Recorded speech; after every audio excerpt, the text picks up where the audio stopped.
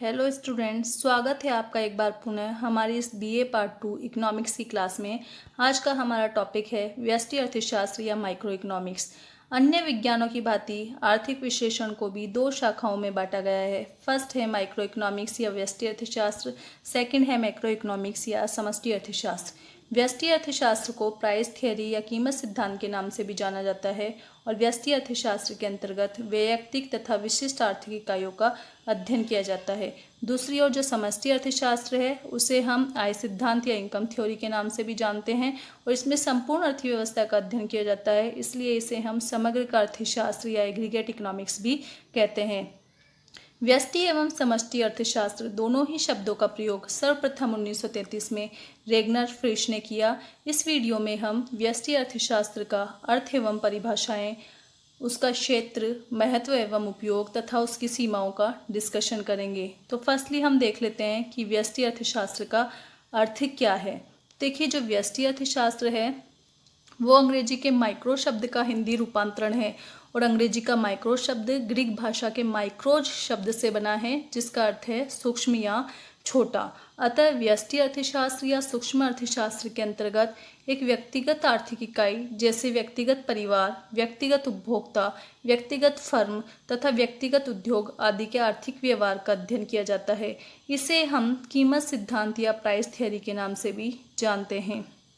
विभिन्न अर्थशास्त्रियों ने व्यष्टि अर्थशास्त्र को भिन्न भिन्न प्रकार से परिभाषित किया है। यहाँ हम प्रोफेसर बॉल्डिंग की परिभाषा देख लेते हैं। उनके अनुसार व्यष्टि अर्थशास्त्र विशेष फर्मों, विशेष परिवारों, वैयक्तिक कीमतों, आयों, मजदूरियों एवं वैयक्तिक उद्योगों तथा विशिष्ट वस्तुओं का अध्ययन है। हेंडरसन एवं क्वांट, जो एक इकोनॉमिस्ट हैं, उन्होंने भी व्यष्टि अर्थशास्त्र को कुछ इसी प्रकार से परिभाषित किया है। उनके अनुसार व्यक्तियों तथा व्यक्तियों के सुनिश्चित समूहों की आर्थिक क्रियाओं का अध्ययन व्यष्टि अर्थशास्त्र है। इस प्रकार हम ये कह सकते हैं कि व्यष्टि अर्थशास्त्र विशिष्ट का अध्ययन है। यद्यपि व्यष्टि अर्थशास्त्र में इंडिविजुअल यूनिट्स की स्टडी की जाती है, लेकिन इसी के साथ साथ व्यष्टि अर्थशास्त्र में योगों या समग्रों यानी एग्रीगेट्स का भी अध्ययन किया जाता है। किंतु जो ये योग है या एग्रीगेट्स है वो संपूर्ण अर्थव्यवस्था से संबंधित न होकर किसी पर्टिकुलर सेक्टर से रिलेटेड होते हैं, जैसे कि मार्केट डिमांड कर्व, जिसकी स्टडी व्यष्टि अर्थशास्त्र में की जाती है, वो इंडिविजुअल डिमांड कर्व्स का योग होता है। इसी प्रकार एक उद्योग की स्टडी भी इसमें की जाती है और उद्योग उसमें पाई जाने वाली विभिन्न फर्मों का एक समूह होता है। लेकिन व्यष्टि अर्थशास्त्र में हम जिन ग्रुप या समूह की स्टडी करते हैं उनके दायरे में संपूर्ण अर्थव्यवस्था शामिल नहीं होती। यदि हम ऐसे समूह को व्यष्टि अर्थशास्त्र में शामिल कर ले तो हम व्यष्टि अर्थशास्त्र को छोड़कर समष्टि अर्थशास्त्र के क्षेत्र में प्रवेश कर जाएंगे। संक्षेप में हम ये कह सकते हैं कि व्यष्टि अर्थशास्त्र व्यक्तियों या व्यक्तियों के विशिष्ट समूहों के विशिष्ट आर्थिक अंगों तथा उनके पारस्परिक प्रभाव और विशिष्ट आर्थिक मात्राओं व उनके मूल्य निर्धारण का अध्ययन करता है। ये तो हुआ व्यष्टि अर्थशास्त्र का अर्थ एवं उसकी परिभाषाएं। नेक्स्ट स्लाइड में हम देखेंगे कि जो व्यष्टि अर्थशास्त्र है उसके अंतर्गत हम किन किन सिद्धांतों की स्टडी करते हैं या व्यष्टि अर्थशास्त्र का क्षेत्र क्या है।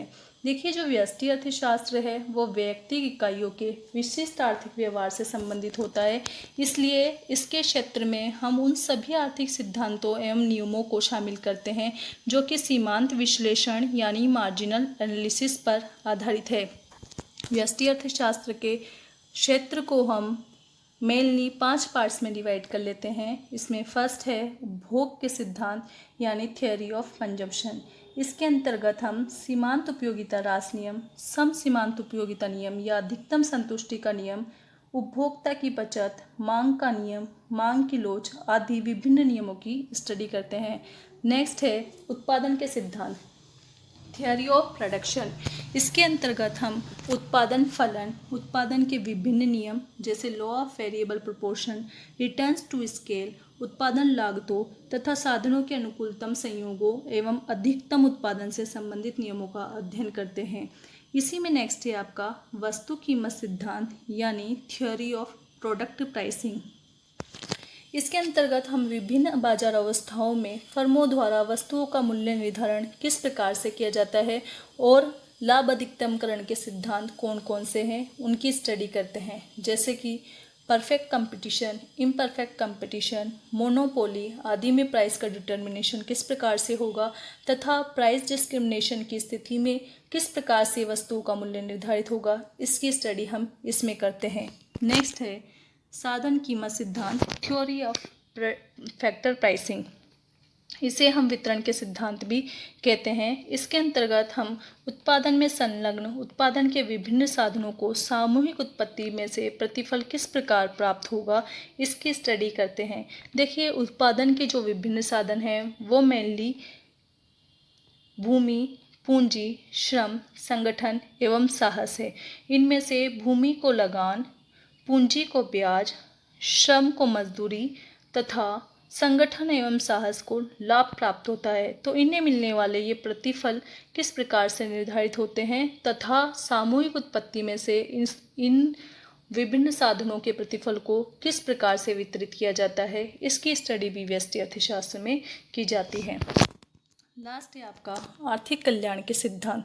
तो इसके अंतर्गत हम व्यष्टि मूलक सिद्धांतों के आधार पर किस प्रकार से आर्थिक कल्याण के लक्ष्य को प्राप्त किया जाता है, इसकी स्टडी करते हैं। ये तो हुआ व्यष्टि अर्थशास्त्र का क्षेत्र या उसके अंतर्गत हम किन किन सिद्धांतों की स्टडी करते हैं।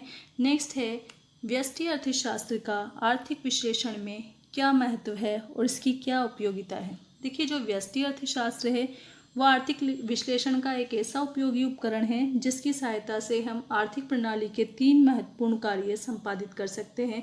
और ये 3 महत्वपूर्ण कार्य है, फर्स्ट है क्या उत्पादन किया जाए और कितना उत्पादन किया जाए, सेकंड है उत्पादन का संगठन क्या हो और उत्पत्ति के विभिन्न साधनों का विभिन्न उद्योगों या उपयोगों में बंटवारा कैसे हो, तथा इसी में लास्ट है आपका समाज के विभिन्न उत्पादन साधनों के बीच आय का वितरण कैसे हो।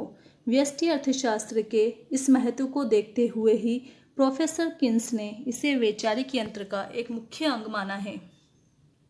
व्यष्टि अर्थशास्त्र के महत्व और इसके उपयोग को हम निम्न पॉइंट्स की हेल्प से अच्छे से डिस्कस कर सकते हैं। तो फर्स्ट है आपका इसमें आर्थिक समस्या के समग्र अध्ययन में सहायक। व्यष्टि अर्थशास्त्र वैयक्तिक इकाइयों का अलग अलग अध्ययन कर संपूर्ण अर्थव्यवस्था के अध्ययन को सरल बनाता है, क्योंकि वैयक्तिक इकाइयां मिलकर ही संपूर्ण अर्थव्यवस्था का निर्माण करती है। नेक्स्ट है कीमत निर्धारण में सहायक। व्यष्टि अर्थशास्त्र का उपयोग वस्तुओं और सेवाओं के मूल्य निर्धारण तथा उत्पत्ति के साधनों का उत्पत्ति में भाग निर्धारित करने में भी होता है। उदाहरण के लिए कीमत सिद्धांत की सहायता से वस्तु विशेष का मूल्य निर्धारित किया जाता है और इसी प्रकार वितरण के सिद्धांत की सहायता से भूमि के लगान, श्रम की मजदूरी, पूंजी के ब्याज व साहसी के लाभ का निर्धारण होता है। नेक्स्ट है व्यक्तिगत सेवा में निर्णय सुविधा व अंतर वैयक्तिक संबंधों का अध्ययन। व्यष्टि अर्थशास्त्र के उपयोग से व्यक्तियों, वैयक्तिक परिवारों, फर्मों, उद्योगों को अपने अपने क्षेत्र में आर्थिक व्यवहार संबंधी निर्णय लेने में सुविधा रहती है। आजकल व्यावसायिक उपक्रमों के प्रबंध में मांग एवं लागत विश्लेषण, रेखीय प्रोग्रामिंग आदि विभिन्न विधियों के प्रयोग द्वारा अधिकतम लाभ प्राप्त करने के लिए प्रबंधकीय अर्थशास्त्र का जो प्रयोग किया जा रहा है वो भी व्यष्टि अर्थशास्त्र की उपयोगिता को सिद्ध करता है। नेक्स्ट है वैयक्तिक समस्याओं का विश्लेषण एवं समाधान। व्यष्टि अर्थशास्त्र से वैयक्तिक आर्थिक इकाइयों की समस्याओं का अध्ययन, परीक्षण एवं विश्लेषण कर उनकी समस्याओं के समाधान हेतु उचित हल प्रस्तुत किए जा सकते हैं। नेक्स्ट है व्यष्टि अर्थशास्त्र वस्तुओं एवं सेवाओं के प्रवाह को दर्शाता है।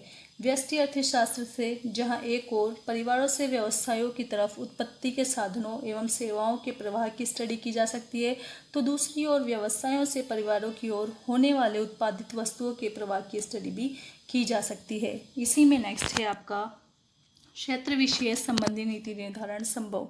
व्यष्टि अर्थशास्त्र के उपयोग से किसी उद्योग विशेष तथा क्षेत्र विशेष के संबंध में सरकारी नीति निर्धारण में भी सहायता मिलती है। जैसे कि अगर हम किसी स्पेशल इंडस्ट्री जैसे शुगर इंडस्ट्री की स्टडी करें तो उससे रिलेटेड समस्याओं का अध्ययन कर हम ये निर्धारित कर सकते हैं, इट मीन्स गवर्नमेंट ये पॉलिसी निर्धारित कर सकती है कि उसे शुगर इंडस्ट्री को रिकवर करने के लिए या उसे उसकी कंडीशन इम्प्रूव करने के लिए किस प्रकार की पॉलिसी डिटरमाइन की जानी चाहिए। इसी तरीके से किसी भी पर्टिकुलर सेक्टर की स्टडी व्यष्टि अर्थशास्त्र की सहायता से करके गवर्नमेंट पॉलिसी का डिटर्मिनेशन किया जा सकता है। नेक्स्ट है आर्थिक कल्याण की जांच। व्यष्टि अर्थशास्त्र के अंतर्गत हम उपभोक्ता की अधिकतम संतुष्टि, उत्पादक के अधिकतम लाभ तथा अन्य क्षेत्रों में अधिकतमकरण के आदर्श को प्राप्त करने के उपायों का अध्ययन करते हैं। इस प्रकार व्यष्टि अर्थशास्त्र की सहायता से आर्थिक कल्याण की भी जांच की जा सकती है। इसी में लास्ट है आपका व्यष्टि विश्लेषण समष्टि विश्लेषण का पूरक है। व्यष्टि अर्थशास्त्र वैयक्तिक आयों, बचतों, विनियोगों और व्ययों का अध्ययन करता है। इनकी सहायता से संपूर्ण अर्थव्यवस्था का विश्लेषण करना सरल हो जाता है। इस प्रकार व्यष्टि विश्लेषण समष्टि विश्लेषण में सहयोग देता है और साथ ही ये समष्टि अर्थशास्त्र का पूरक भी है। उपयुक्त बिंदुओं को देखते हुए हम ये कह सकते हैं कि व्यष्टि अर्थशास्त्र आर्थिक विश्लेषण का एक बहुत ही उपयोगी उपकरण है, लेकिन फिर भी इसकी कुछ सीमाएं हैं जिसके कारण हमें आर्थिक विश्लेषण में समष्टि अर्थशास्त्र का सहारा लेना पड़ा। ये सीमाएं कुछ इस प्रकार से है। फर्स्ट है संपूर्ण अर्थव्यवस्था का ज्ञान न होना। व्यष्टि विश्लेषण संपूर्ण अर्थव्यवस्था की कार्यप्रणाली के बजाय अर्थव्यवस्था के केवल कुछ अंशों, विशिष्ट संगठनों अथवा विशिष्ट फर्मों की कार्यप्रणाली पर ही ध्यान देता है। अतः व्यष्टि अर्थशास्त्र की सहायता से संपूर्ण अर्थव्यवस्था का ज्ञान नहीं हो पाता। नेक्स्ट है व्यष्टि विश्लेषण के निष्कर्षों का संपूर्ण अर्थव्यवस्था की दृष्टि से मेल खाना आवश्यक नहीं। यह आवश्यक नहीं कि व्यक्तिगत निर्णयों का योग हमेशा राष्ट्रीय निर्णय के अनुकूल हो।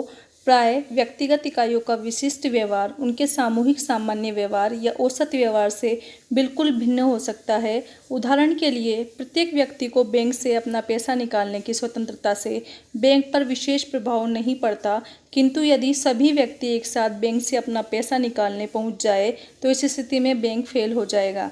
इसी प्रकार बचत करना एक व्यक्ति के दृष्टिकोण से तो लाभदायक है, किंतु यदि देश में सभी बड़े पैमाने पर बचत करने लग जाए तो इस स्थिति में व्यय की कमी होने से प्रभावपूर्ण मांग की कमी उत्पन्न होगी, जिससे देश में बेरोजगारी की स्थिति उत्पन्न हो जाएगी।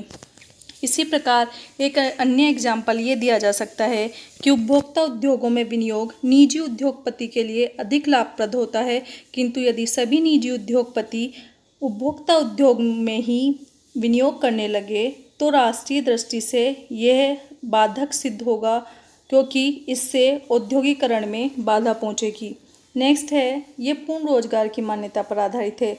व्यष्टि विश्लेषण अर्थव्यवस्था में पूर्ण रोजगार की दशा मानकर चलता है, जबकि व्यवहार में पूर्ण रोजगार की स्थिति सामान्यतः नहीं पाई जाती है। इस संदर्भ में प्रोफेसर किन्स ने कहा है, वास्तविक संसार में पूर्ण रोजगार प्राप्त अर्थव्यवस्था की कल्पना करना अपनी कठिनाइयों से मुख मोड़ना है। लास्ट है ये कुछ आर्थिक समस्याओं के अध्ययन के लिए अनुपयुक्त। व्यष्टि अर्थशास्त्र राष्ट्रीय स्तर की समस्याओं एवं मुद्दों जैसे राष्ट्रीय आय एवं धन के वितरण, विदेशी विनिमय, अंतर्राष्ट्रीय व्यापार, प्रशुल्क नीति, राजस्व, औद्योगिकरण, आर्थिक नियोजन, बैंकिंग आदि के विश्लेषण में सर्वथा अनुपयुक्त है। इसी कारण हमें समष्टि अर्थशास्त्र की सहायता लेनी पड़ती है। इस वीडियो में सिर्फ इतना ही। नेक्स्ट वीडियो में हम देखेंगे समष्टि अर्थशास्त्र का अर्थ एवं परिभाषाएं, उसका क्षेत्र, महत्व एवं उपयोग तथा समष्टि अर्थशास्त्र की सीमाएं। Thank you.